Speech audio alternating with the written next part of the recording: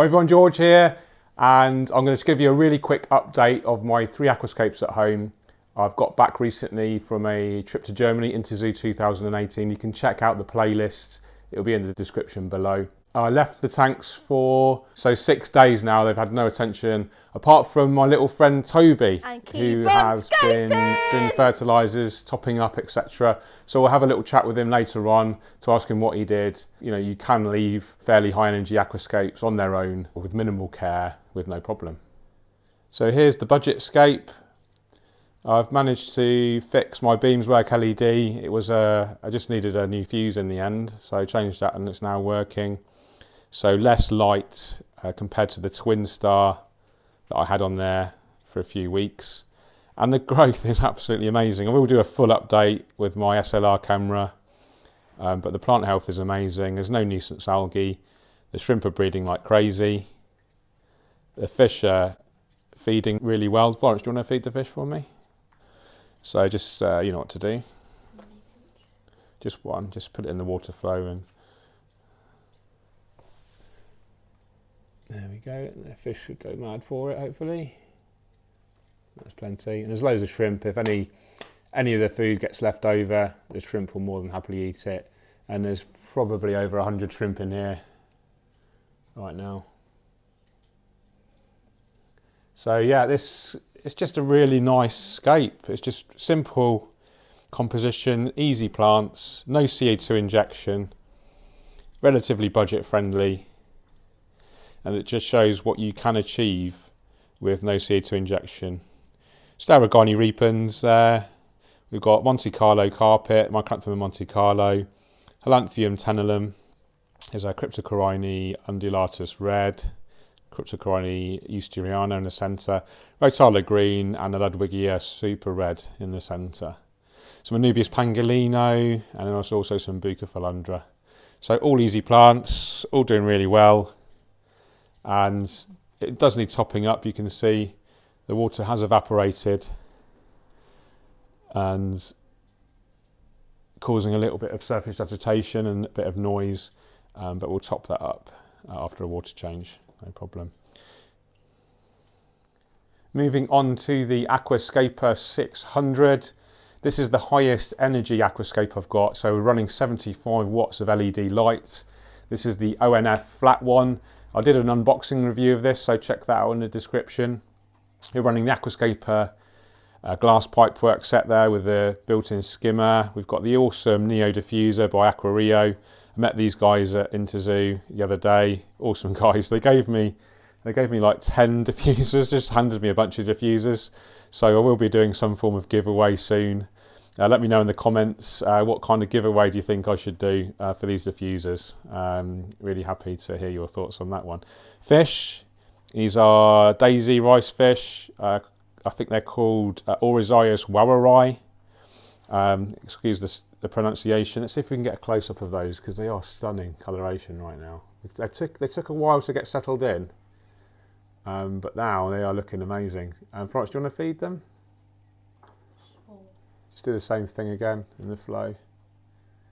One of them's got a bit of a deformed eye, but they're all feeding healthily and they're all active, so there we go, beautiful. There's only 6 in here, that's the only, well I've got a couple of Botia scytha monkeys, the dwarf chain loaches to keep the snails in check. But plant health again, really good. A little bit overgrown, needs a little bit of a prune, which is understandable, because it's been unchecked for a few days for a good, well I think it's probably about 10 days since I last did a water change on here. So yeah, just a nice,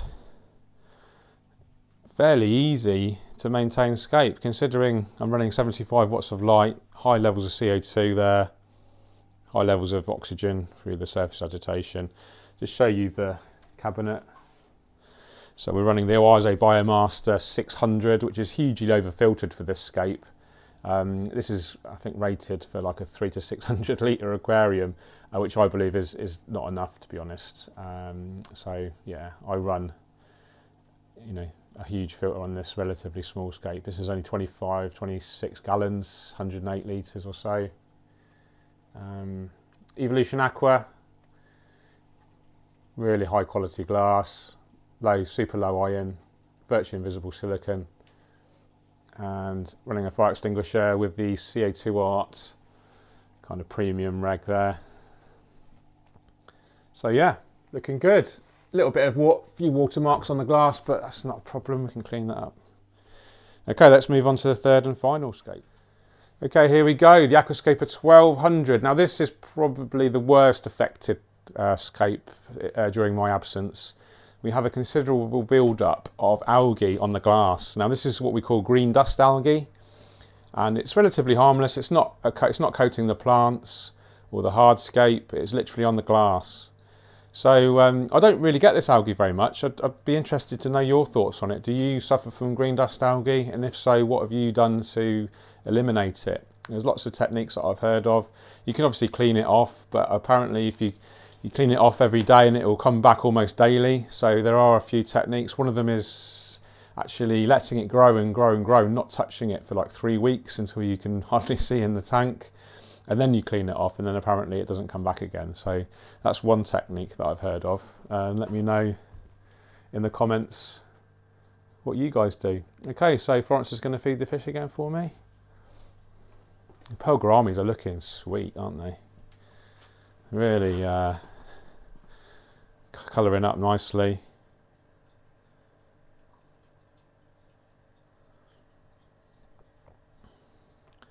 And we've got some Harlequin rasboras.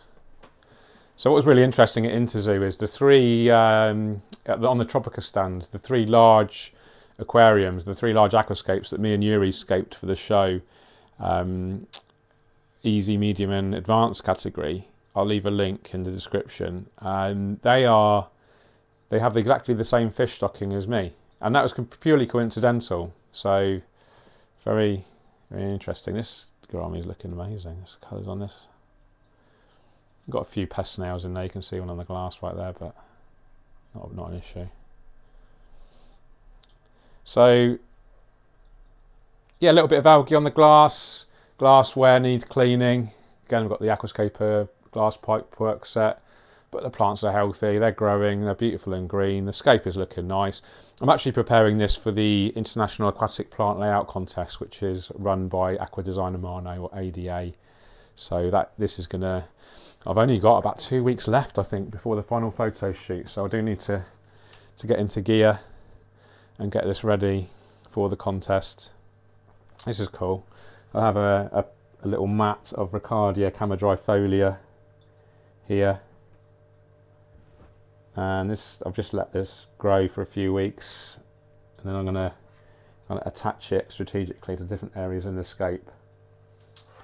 One of the cool things about running multiple scapes, so obviously I've got 3 scapes at home right now, you can swap the plants around. You can even you could strip a whole scape down, and then you could rescape it using existing materials. So by running multiple scapes, it's actually quite sort of budget friendly, because you don't have to necessarily buy new plants all the time or new hardscape. You can recycle existing stuff. In fact, I'm going to show you something really cool right now. Watch this.